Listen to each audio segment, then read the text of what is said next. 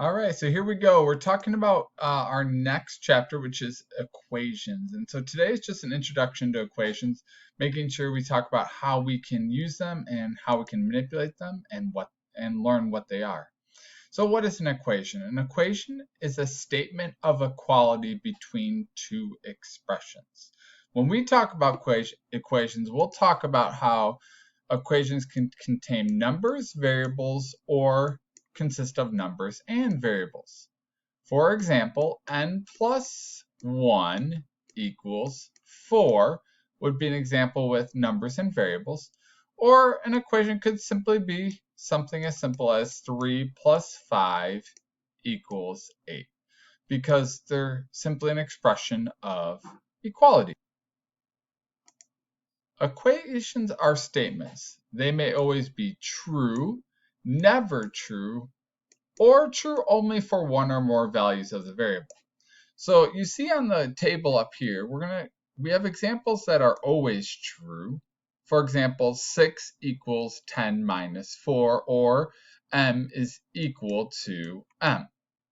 We have statements that are never true because 11 is never equal to 10. And a little bit trickier one is some number x, our variable, is never equal to x plus 2 because x plus 2 will always be 2 more than x. And then the last criteria we have is true for certain variables. So x equals 5 is true when x equals 5. X plus 2 equals 10 is true only if x is equal to 10.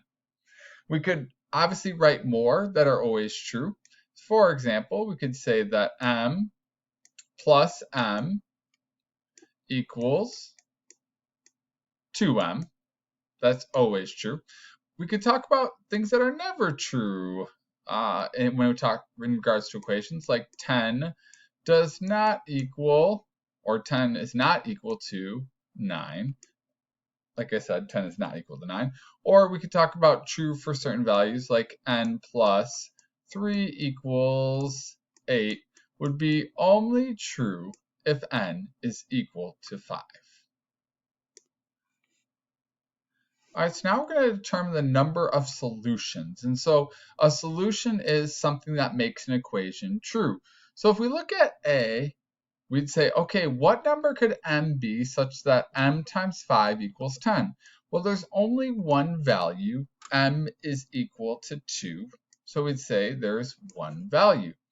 For B, similarly, there's only one value that we could say would make this true. 15 minus 5 equals 10. Now, for C, there are a lot of values. I could start, and the inequality is G is greater than 5. And so what could G be? Well, G could be 6, 6.5. It could be actually 5 and 1/10. And so you see that already we established that there are many values for G.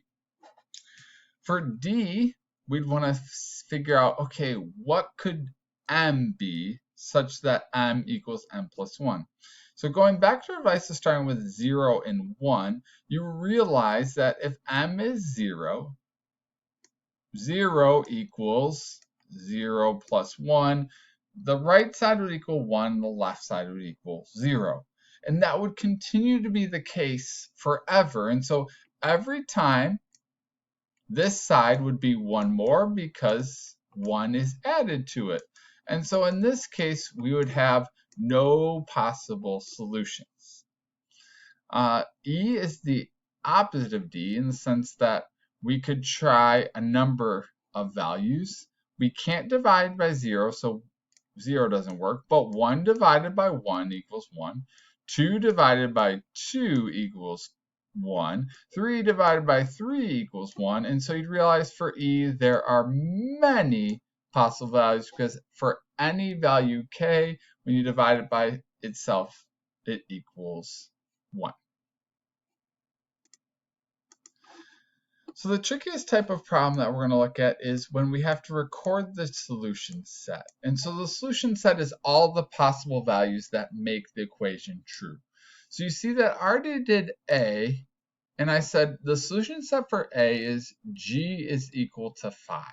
The solution set is 7 because 7 is the only value of G where 7 plus 5 equals 12.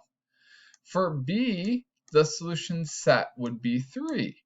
And the reason is because 3 to the second power equals 9 because powers are repeated multiplication, so 3 times 3 would be 9. So a lot of times I'm just trying different possible values. For C, it's a little trickier where we have this inequality. And so we need 4 times n to be greater than 8. Well, if 4 times n equals 8, n is equal to 2. So we need it to be a little bit more than 2. So it needs to be all numbers greater than 2. Because if it's just a little bit more than 2, we know that 4 times n would be greater than 8. So all numbers greater than 2. For D, we have a property that holds true. We try different values for m, and we find that all numbers are true. And the reason why all numbers are true is because of what's called the commutative property of multiplication. And so for D, my solution set is all numbers. E is meant to trick you. And the reason is because it looks like it's never possible sometimes, or it's always possible. But in E's case, you have to make sure you check about what about equality, or when n is equal to the number that's being subtracted. And so there's one possible solution for E, and it's only when you subtract both sides by the same number that is true. It's when n is equal to 5. F has a lot of possible values.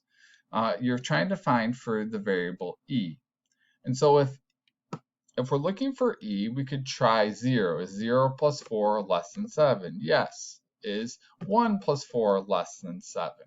Yes. Is 2 plus 4 less than 7? Yes. Is 3 plus 4 less than or equal to 7? Yes. So it's all numbers, and it has to be less than or equal to 3. Because if it's more than 3, like let's say 4 plus 4 is not less than or equal to 7. So it has to be all numbers less than or equal to 3, and that's our solution set. G has no possible solutions, and the reason is because m does not equal m plus 3, because this left side, m plus 3, will always be 3 more than m. And so you see the notation that I put in G is either represents empty set. So there's two possible notations that you could write for empty set. It's either this 0 with a slash through it, or it's a set of empty brackets which represent empty set.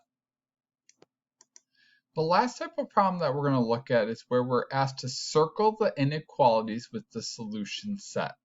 And so you see that the solution set in set notation is 5. And so we have to circle all the possible inequalities or equations that are equal to 5.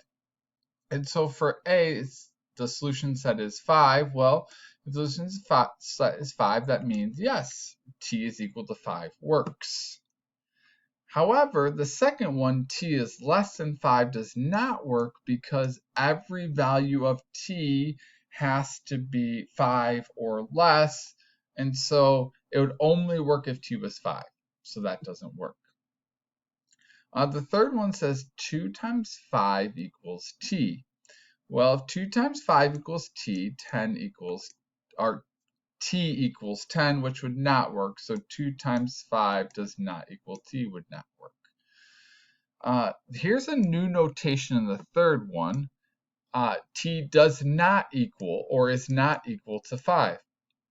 And so if the solution set is 5, that means that this notation would also not work because t does not equal 5. And for the last one, we have to check if the solution set would be 5. Well, is 8 minus 5 equal to 3? Yes. And so we could circle that as a possible solution set. So what we've covered today is really an emphasis on equations and inequalities and introducing this idea of equality in that both of the expressions are equal.